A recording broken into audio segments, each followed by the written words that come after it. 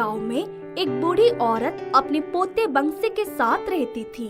बंसी के माता पिता उसे बचपन में ही छोड़कर स्वर्ग सिधार गए थे। वे लोग बहुत गरीब थे। बंसी गांव में खेतों में मेहनत मजदूरी करके जो कुछ भी लाता उसी से उनका खर्च चलता था। उनके पास एक गाय थी जो थोड़ा बहुत दूध दे देती थी, जिससे थोड़ी बहुत आमदनी हो जाती थी। एक बार जब बंसी खेतों से काम करके वापस आया तो उसने देखा कि उसकी दादी सो रही थी। उसने दादी को जगाया। तब दादी बोली, मुझे सांस लेने में बड़ी दिक्कत हो रही है बेटा, मुझे वैद्य जी के पास ले चलो। बंसी ने जाकर दादी का संदूक खंगाला तो उसमें सिर्फ 20 रुपए पड़े थे। वो 20 रुपए लेकर दादी को गांव को वैद्य जी के पास लेकर गया। वैद्य जी ने दादी की नाड़ी देखी और बताया कि लगता है तुम्हारी दादी लकड़ी के चूल्हे पर खाना बनाती है, जिसकी वजह से उनकी फेफड़ों में धुआं जम गया है और इस वजह से उनको सांस लेने में दिक्कत हो रही है। मैं अभी कुछ दवा दे देता हूँ, कुछ खाने के बाद उनको खिला देना। हाँ, इस बात का ध्यान रखना कि उनको धुआं ना लगे, वरना समस्या काफी बढ़ जाएगी। बंसी ने घर आकर दादी का बिस्तर दालान में लगा दिया और खुद ही खाना बनाकर दादी को खिलाया। फिर बोला, दादी आप दवा खा लो और आराम करो, मैं अभी आया। वो जिस ठेकेदार के खेतों में काम करता था उनसे कुछ पैसे मांगे पर ठेकेदार ने कह दिया, पैसा अभी नहीं मिल सकता। बंसी सोच में पड़ गया कि अब क्या करे। तभी उसके मन में आया कि अगर घर का खाना मैं खुद ही बनाया करूं तो दादी को धुआं नहीं लगेगा। वो रोज सुबह उठकर दादी के उठने से पहले ही पूरा खाना बना लेता। उसने सोचा इस बार जब पैसे मिलेंगे तो एक गैस वाला चूल्हा खरीद लाएगा। उनके गांव में तो गोबर वाली गैस से लोगों के घर में लाइट भी जलती है और चूल्हा भी जलता है, पर इन सब के लिए तो काफी पैसे लग जाएंगे। एक दिन वो काम पर जा रहा था कि तभी गांव के सरपंच मिल गए। उन्होंने बंसी से कहा, अरे बंसी, हमारा जानवरों की देखभाल करने वाला हरिया अपने बेटे के साथ बनारस चला गया है। क्या तुम किसी को जानते हो जो सुबह शाम जानवरों का चारा पानी और साफ सफाई कर दे? अरे ये काम तो मैं ही कर दूंगा, उसके बाद काम पर चला जाऊंगा। दूसरे दिन से ही उसने सरपंच के घर का काम पकड़ लिया। उसने सोचा जब पगार मिलेगी तो सबसे पहले एक गैस का चूल्हा खरीद लूंगा, फिर धीरे धीरे गोबर गैस भी लगवा लूंगा। वो दादी को रसोई में जाने ही नहीं देता था। दादी भी अब ठीक हो गई थी। जब पहली बार सरपंच ने उसको पगार दी तो वो गैस का चूल्हा ले आया, रसोई में रख दिया। दूसरे दिन वो खेतों पर जाने से पहले खाना बनाने गया तो देखा चूल्हे पर चाय बनकर तैयार रखी है। दादी आपने चाय क्यों बनाई? मैं आ तो रहा था। मैं तो रसोई में गई ही नहीं। फिर उसे लगा कि शायद दादी उसके डर से बहाने कर रही है। दोनों ने चाय पी। बर्तन रखने रसोई में गया तो उसके आश्चर्य का ठिकाना ना था। चूल्हे के पास ही सब्जी और रोटी ढककर रखी थी और चूल्हे पर गरम गरम हलवा रखा था। उसने सोचा दादी तो मेरे साथ चाय पी रही थी, ये कौन बनाकर रख गया? ना चूल्हा जला ना धुआं धक्कर, फिर ये सब कैसे हुआ? उसने दादी को कुछ भी नहीं बताया और मन ही मन उलझते हुए उनसे कहा, दादी मैं निकल रहा हूँ, आप खाना खा लेना, हलवा भी बना दिया है आज। दादी उसका मुंह देखने लगी। उन्होंने सोचा एक ही महीने में कितना कुछ सीख गया। शाम को घर आया तो वो थकान लग रही थी। उसने सोचा अभी उठूंगा तो आज खिचड़ी ही बना लूंगा। थोड़ी देर में जब वो रसोई में गया तो उसके नाक में देसी घी की छोंकी खुशबू भर गई। उसने देखा कि चूल्हे पर खिचड़ी बनकर तैयार है। वो खुशी से दादी के पास आया और बोला, दादी आपको पता है मैं जो गैस का चूल्हा लाया हूँ ना, वो जादुई है। क्या? हाँ दादी, आज तो मैंने कोई खाना नहीं बनाया। सुबह से हम जो कुछ भी खा पी रहे हैं सब जादुई चूल्हे की कमाल है। बंसी, गैस का चूल्हा तो वाकई जादू ही लग रहा है। अच्छा दादी, आप बोलिए, आपको अभी क्या खाने की इच्छा है? दादी हंसने लगी और बोली, चलो तुम कह रही हो तो बताती हूँ। मुझे बड़े दिनों से मालपुए खाने का मन हो रहा था, पर तुम तो मुझे रसोई में जाने ही नहीं देते। वंशी जल्दी से रसोई में गया तो देखा वहाँ गैस के चूल्हे पर 10 मालपुए ढककर रखे हुए हैं। वो चिल्लाया, दादी जल्दी आओ और देखो। दादी जब आई तो मालपुए देखकर दंग रह गई। दोनों ने मालपुए खाए और बचे हुए उठाकर रख दिए।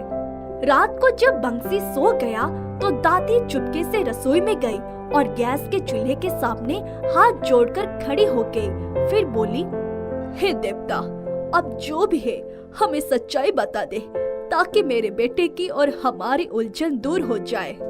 तभी पूरी रसोई उजाले से भर गई। एक रोशनी हुई और अदृश्य आवाज आई। वो बहुत ही मधुर आवाज थी। मैं एक परी हूँ। आप लोग बहुत ही सच्चे और ईमानदार लोग हैं। आपके बंसी ने आपको तकलीफ से बचाने के लिए 1 महीने से इतनी मेहनत की है। जब वो उस दिन चूल्हा खरीद कर लौट रहा था तो एक पेड़ के नीचे बैठ गया था। मैं उसी बगीचे में मुंह के बल गिर गई थी। मेरे पाँवों से खून बह रहा था। आकाश में किसी गिद्ध ने मुझ पर आक्रमण कर दिया था, इसीलिए मैं नीचे गिर गई थी और मेरे बाहों से लगातार खून बह रहा था। तब उसने मुझे उठाया और मेरे मुंह पर पानी का छींटा मारा, मेरे घाव साफ किए। उसने कहा, आप यहीं बैठिए, मैं अभी घर से कुछ लेकर आता हूँ। और वो घर से मेरे लिए दवाई, पट्टी, दूध और कुछ खाना लेकर आया। मेरे घावों से खून बहना बंद हो गया था। मैंने भरपेट भोजन किया था। मैं उसकी ईमानदारी से बहुत प्रसन्न हुई। मैं अपने लिए तो भोजन नहीं जुटा सकती, पर दूसरे के लिए अवश्य जुटा सकती हूँ। आप बिल्कुल भी चिंता मत करिए। अब आप लोगों को कभी किसी चीज की कमी नहीं होगी। दादी की आंखों से आंसू आ गए। हमारी बंसी ने बचपन से ही बहुत तकलीफ उठाई है। वो मेरा भी बहुत ध्यान रखता है। आपकी कृपा से हमारे खाने की समस्या भी खत्म हो गई। अच्छा, एक बात और पूछनी थी। क्या बंसी जानता है कि आप परी है? नहीं, घायल होने से मेरे पंख टूट गए थे, पर अब मैं ठीक हूँ। हाँ, आप लोग जितना भी खाना चाहेंगे उतना खाना मिल जाएगा। अब मैं चलती हूँ। दूसरे दिन बंसी जब सोकर उठा तो दादी ने उससे पूछा, उस दिन बगीचे में तुमने किसकी मदद की थी और किसको खाना खिलाया था? उस दिन, हाँ, एक बहुत ही खूबसूरत सी लड़की थी। वो गिर गई थी। उसके घाव साफ करके दवा लगा दी थी और उसे खाना भी खिलाया था। आप उस समय सो रही थी, इसीलिए बताना भूल गया। बेटा, वो परी थी। उसी ने मुझे सब कुछ बताया और कहा कि अब से हमें जो भी खाना चाहिए वो सोचते ही मिल जाएगा और अब हमें कभी किसी चीज की कमी नहीं होगी। बंसी उठकर बैठ गया और बोला, दादी, आप क्या कह रही हैं? हाँ हाँ बेटा, सच में। दूसरे दिन से ही वे लोग गैस के चूल्हे से ढेर सारा खाना मांगते और अपने जैसे गरीबों में खाना बांट देते। धीरे धीरे उनके पास सब कुछ हो गया। जादुई गैस का चूल्हा तो बहाना था, असली करामत तो बंसी की दूसरों की मदद करने वाली आदत थी। उनकी जिंदगी में अब कोई कमी न थी। जादुई सोने का चूल्हा। बहुत समय पहले की बात है। अनंतपुर गांव में एक बूढ़ी औरत शांति अपने बेटे केशव के साथ रहती थी। वे बहुत गरीब थे। केशव अपना और अपनी माँ का पेट भरने के लिए किसी फैक्ट्री में मजदूरी का काम करता था। एक बार शांति की तबीयत बहुत खराब हो जाती है। अपनी माँ की तबीयत खराब देखकर केशव बहुत चिंतित हो जाता है। माँ, चिंता मत करो, मैं तुम्हारा इलाज अच्छी तरह से करवाऊंगा, जिससे तुम फिर से सही हो जाओगी। इतना कहकर केशव वहाँ से पास के एक पड़ोसी मोहनलाल के पास जाता है। मोहनलाल, थोड़े पैसों की जरूरत है। क्या तुम मुझे दे सकते हो, जिससे मैं अपनी माँ का इलाज करवा सकूं? मेरी माँ की तबीयत बहुत खराब हो गई है। देखो, पैसे तो मैं देता, मगर इससे पहले जो तुमने मुझसे पैसे लिए थे वे अभी तक तुमने नहीं लौटाए। अब मैं दोबारा तुमको पैसे नहीं दे सकता। ऐसा मत बोलो मोहनलाल, मैं तुम्हारे पैसे कुछ दिनों में लौटा दूंगा, मगर तुम मुझे अभी मेरी माँ के इलाज के लिए पैसे दे दो, नहीं तो मेरी माँ मर जाएगी। इतना कहकर केशव जोर जोर से रोने लगता है। केशव को इस तरह रोता देखकर मोहनलाल उसको पैसे दे देता है। केशव, ये लो पैसे, मगर ध्यान रहे यह मेरे सारे पैसे मुझे 10 दिनों के अंदर लौटा देना, नहीं तो बहुत बुरा होगा। पैसे पाकर केशव बहुत खुश होता है और फिर उन पैसों से अपनी माँ का इलाज करवाता है और कुछ ही दिनों में उसकी माँ बिल्कुल ठीक हो जाती है। माँ की तबीयत ठीक हो जाने के कुछ दिनों के बाद जब केशव अपनी फैक्ट्री में काम करने के लिए जाता है, तब उसका मालिक उसकी जगह पर दूसरा मजदूर काम के लिए रख लिया होता है। केशव, अब तुम इस फैक्ट्री में काम नहीं कर सकते क्योंकि मैंने तुम्हारी जगह पर एक दूसरा मजदूर रख दिया है। अब यहाँ तुम्हारी कोई जरूरत नहीं है। अपने मालिक की ऐसी बातें सुनकर केशव बहुत दुखी होता है और वह अपने घर वापस आ जाता है। क्या हुआ बेटा, तुम इतने दुखी क्यों हो? माँ, मैं जब तुम्हारी इलाज करवाने के लिए फैक्ट्री में जाना बंद कर दिया था, तब उसने मेरी जगह पर किसी और को रख लिया और मुझे काम से निकाल दिया। केशव की बातें सुनकर शांति दुखी होती है। माँ, अब मेरे घर का खर्चा कैसे चलेगा? अब हम क्या खाएंगे? बेटा, तुम चिंता मत करो, भगवान कुछ न कुछ जरूर करेगा। एक दिन जब केशव बाहर टहलने के लिए निकला होता है, तभी उसे रास्ते में मोहनलाल मिल जाता है। केशव, मैंने तुम्हें 10 दिन का समय दिया था, तुम मेरे पैसे लौटा दोगे, मगर अभी तक तुमने मेरे पैसे नहीं लौटाए। अब बहुत हो गया, जल्दी से मेरे पैसे लौटा दो। मोहनलाल जी, कृपया शांत हो जाइए। इस समय तो मेरे पास खाने के लिए भी पैसे नहीं है। मैं आपके पैसे कहाँ से लौटाऊं? मेरी नौकरी भी छूट गई है। जैसे ही मेरे पास पैसे आएंगे, मैं आपके पैसे जरूर लौटा दूंगा। अरे, मैं कुछ नहीं जानता, मुझे सिर्फ मेरे पैसे चाहिए, क्योंकि तुम इतने दिनों से बस ऐसे ही बातें बना रहे हो। मैं तुम्हें कल तक का मोहलत देता हूँ।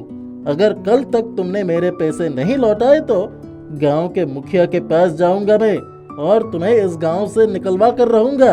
इतना कहकर मोहनलाल गुस्से में वहाँ से चला जाता है। मोहनलाल की बातें सुनकर केशव बहुत चिंतित होता है। फिर वह घर की तरफ आने लगता है। तभी उसे एक बहुत ही बूढ़ा व्यक्ति दिखता है जो अपने कंधों पर बहुत सारा सामान उठाकर जा रहा होता है।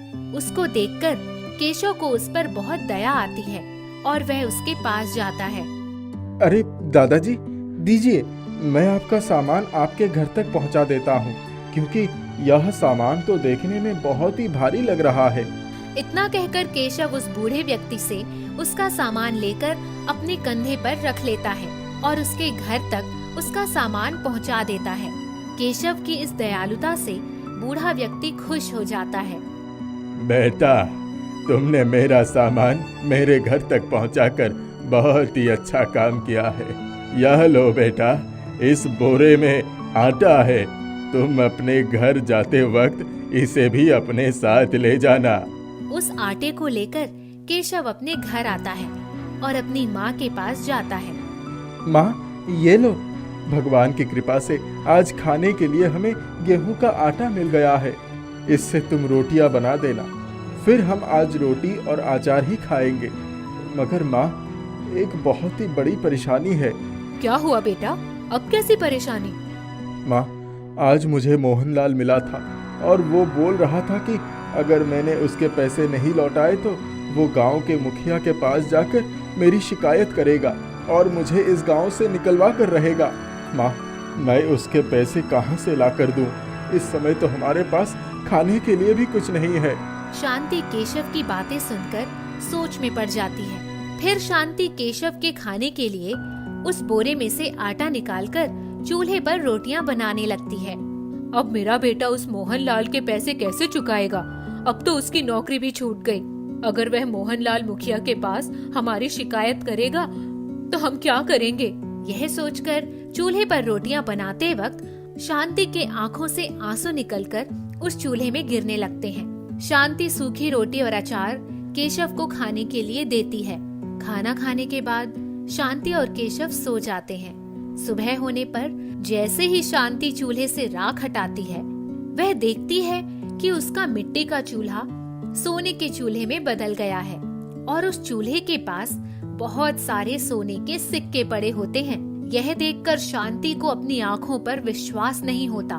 वह जल्दी से केशव को उठाकर रसोई घर में लेकर आती है। बेटा, यह तो चमत्कार हो गया। ये देखो, हमारी मिट्टी का चूल्हा सोने के चूल्हे में बदल गया और चूल्हे के पास बहुत सारे सोने के सिक्के भी पड़े हैं। लगता है भगवान का कोई करिश्मा है और हमारी मदद के लिए यह सब किया गया है। यह देखकर केशव भी बहुत आश्चर्य में पड़ जाता है। हाँ माँ, तुम्हारे आंसुओं के बदले भगवान ने इतना सोना दे दिया। केशव कुछ सोने के सिक्के लेकर मोहनलाल के पास जाता है।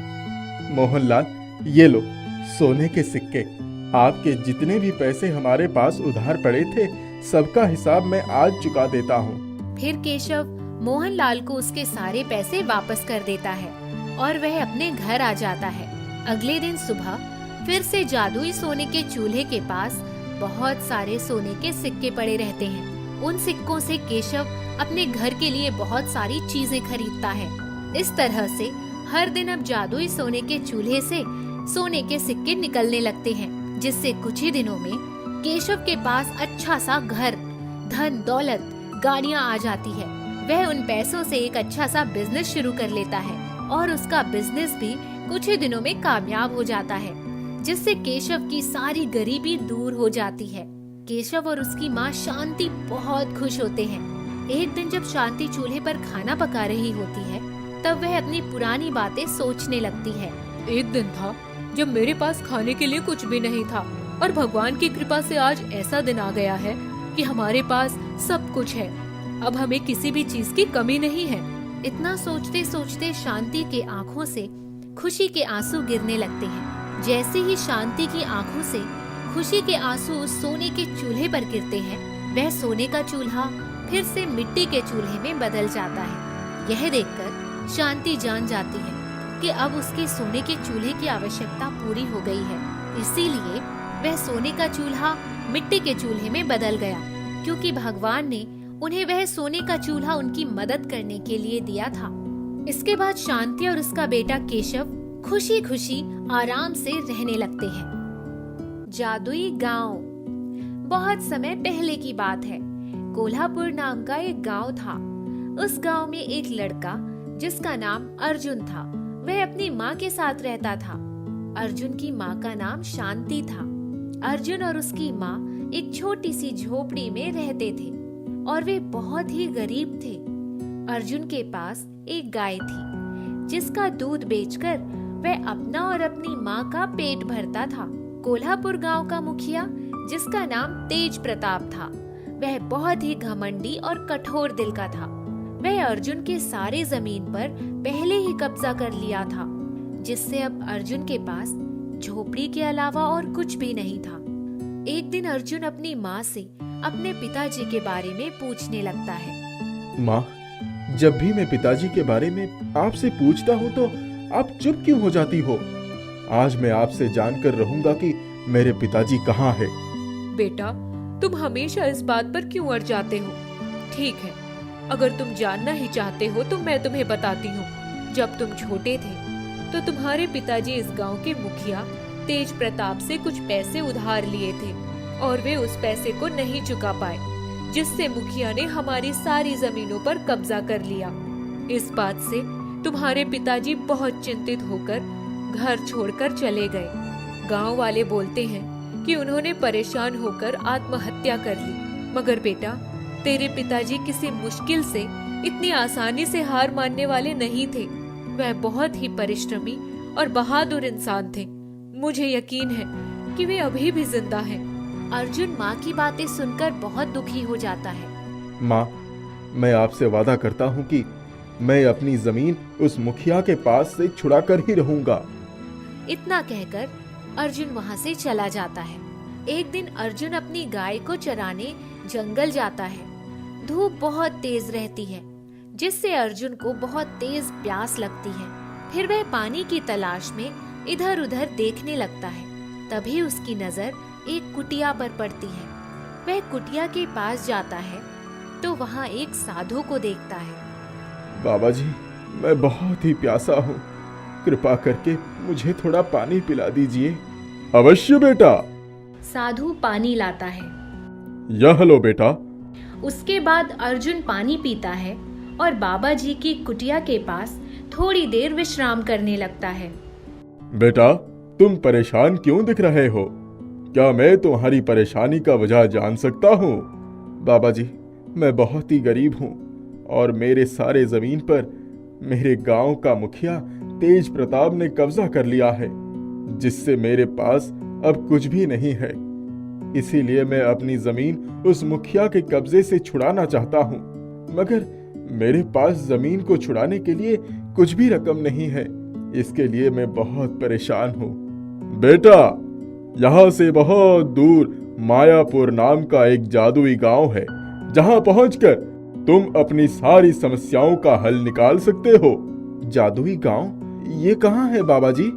बेटा, यहाँ से कोसों दूर एक काली नदी है, जिसमें बहुत ही बड़े बड़े विषय में मगरमच्छ रहते हैं।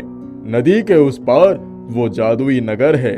मगर बेटा, उस गांव में जाने से पहले तुम्हें उस काली नदी को पार करना होगा। फिर जब तुम जादुई गांव में पहुंच जाओगे तो तुम्हें वहां बहुत सारी जादुई शक्तियों का सामना करना पड़ेगा, जो तुम्हें सोने के टीले के पास जाने से रोकेंगी। बाबा, वे जादुई शक्तियाँ मुझे सोने के टीले के पास जाने से क्यों रोकेंगी? बेटा, उस सोने के टीले पर खड़े होकर कोई भी व्यक्ति जो भी मांगता है वो पूरा हो जाता है। ठीक है बाबा, मैं वहाँ अवश्य ही जाऊंगा। फिर अर्जुन बाबा को नमस्कार करता है और अपने गांव चला जाता है। माँ, मैं आज एक बाबा से मिला, जिन्होंने मुझे एक जादुई गांव के बारे में बताया। मैं वहां जाने की सोच रहा हूँ। वहां जाने पर हमारी सारी समस्याएं दूर हो जाएंगी, मगर वहां पहुंचना बहुत ही मुश्किल है। उसके लिए मुझे बहुत कठिनाइयों का सामना करना पड़ेगा। नहीं बेटा, मैं तुम्हें किसी भी जादुई गांव में नहीं जाने दूंगी। तेरे पिताजी तो मुझे छोड़कर चले गए, अब तू भी मुझे छोड़कर जाने की बात कर रहा है। माँ, क्या तुम्हें अपने बेटे की बहादुरी पर भरोसा नहीं है? कुछ नहीं होगा मुझे। मैं अपना जमीन उस मुखिया के कब्जे से छुड़ाने के लिए जादुई गांव अवश्य जाऊंगा, जिसके लिए मेरे पिताजी मुझसे दूर हो गए। मैं उस कार्य को अवश्य ही पूरा करूंगा। यह कहकर अर्जुन घर से निकल जाता है। जब अर्जुन वहाँ के लिए निकलता है तो उसके रास्ते में वह काली नदी पड़ती है। वह जैसे ही नदी में प्रवेश करता है, उसे एक मगरमच्छ दिखता है, जो उसे खाने के लिए उसकी तरफ आता है। उसको अपनी तरफ आता देखकर अर्जुन अपने पास से चाकू निकालता है और उस मगरमच्छ के पेट को फाड़ देता है। जैसे ही मगरमच्छ का पेट फटता है, उसमें से एक सुनहरी मछली निकलती है। सुनहरी मछली जब खुद को मगरमच्छ के पेट से आजाद पाती है तो वह बहुत खुश हो जाती है और अर्जुन को धन्यवाद बोलती है। आज आपने मुझे मगरमच्छ के पेट से आजाद किया है, इसके लिए मैं आपकी सदैव आभारी रहूंगी। वैसे आप कहाँ जा रहे हैं? फिर अर्जुन सुनहरी मछली से उस जादुई गांव के बारे में बताता है। वहाँ पहुँचना तुम्हारे लिए बहुत ही मुश्किल है, इसके लिए तुम्हें बहुत कठिनाई का सामना करना पड़ेगा। फिर मछली अर्जुन को एक जादुई तलवार देती है। ये लो, यह तलवार तुम्हारी हर परेशानी से तुम्हारी रक्षा करेगा। अर्जुन नदी पार करके उस जादुई गांव में पहुंच जाता है। जैसे ही अर्जुन उस गांव में पहुंचता है, तभी उसको एक बहुत लंबा, काला, भयानक सींग वाला इंसान दिखता है। वह अर्जुन के पास आता है और अर्जुन को अपने हथेली पर उठाकर उसको खाने के लिए मुंह खोलता है। तभी अर्जुन अपनी जादुई तलवार से उसका गला काट देता है और वह गिरकर मर जाता है।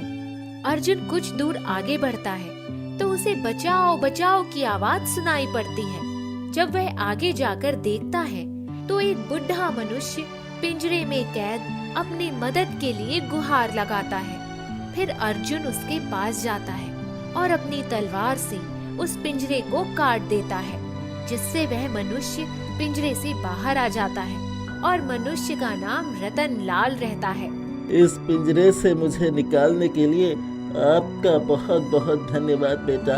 आप कौन हो और यहाँ कैसे आए? फिर अर्जुन उस बूढ़े मनुष्य से सब कुछ बताता है। अर्जुन की बातें सुनकर रमनलाल की आंखों में आंसू आ जाते हैं और वह अर्जुन को गले से लगा लेता है। बेटा, तुमने मुझे पहचाना? मैं तुम्हारा पिता हूँ। बहुत साल पहले मैं अपनी जमीन उस मुखिया के कब्जे से छुड़ाने के लिए इस जादुई गांव में आया था, मगर एक जादुई बंदर ने मुझे अपने जादुई शक्तियों से इस पिंजरे में कैद कर दिया था। अर्जुन खुश होकर अपने पिताजी को गले लगाता है। तभी वह जादुई बंदर आ जाता है और रमनलाल को पिंजरे से आजाद देखकर गुस्से में रमनलाल को मारने के लिए उस पर उछलता है। तब अर्जुन अपनी तलवार से उस बंदर को मार डालता है और फिर अर्जुन और उसके पिताजी उस सोने के टीले की खोज में आगे बढ़ते हैं। तभी अर्जुन देखता है कि एक बड़ी सी झाड़ी के पीछे से बहुत तेज रोशनी निकल रही है। अर्जुन दौड़कर झाड़ी के पीछे जाता है। वहाँ सोने का टीला देखता है जिसकी रोशनी से चारों दिशाएं जगमगा रही होती हैं। पिताजी देखिए, हमारी मंजिल हमारे सामने है।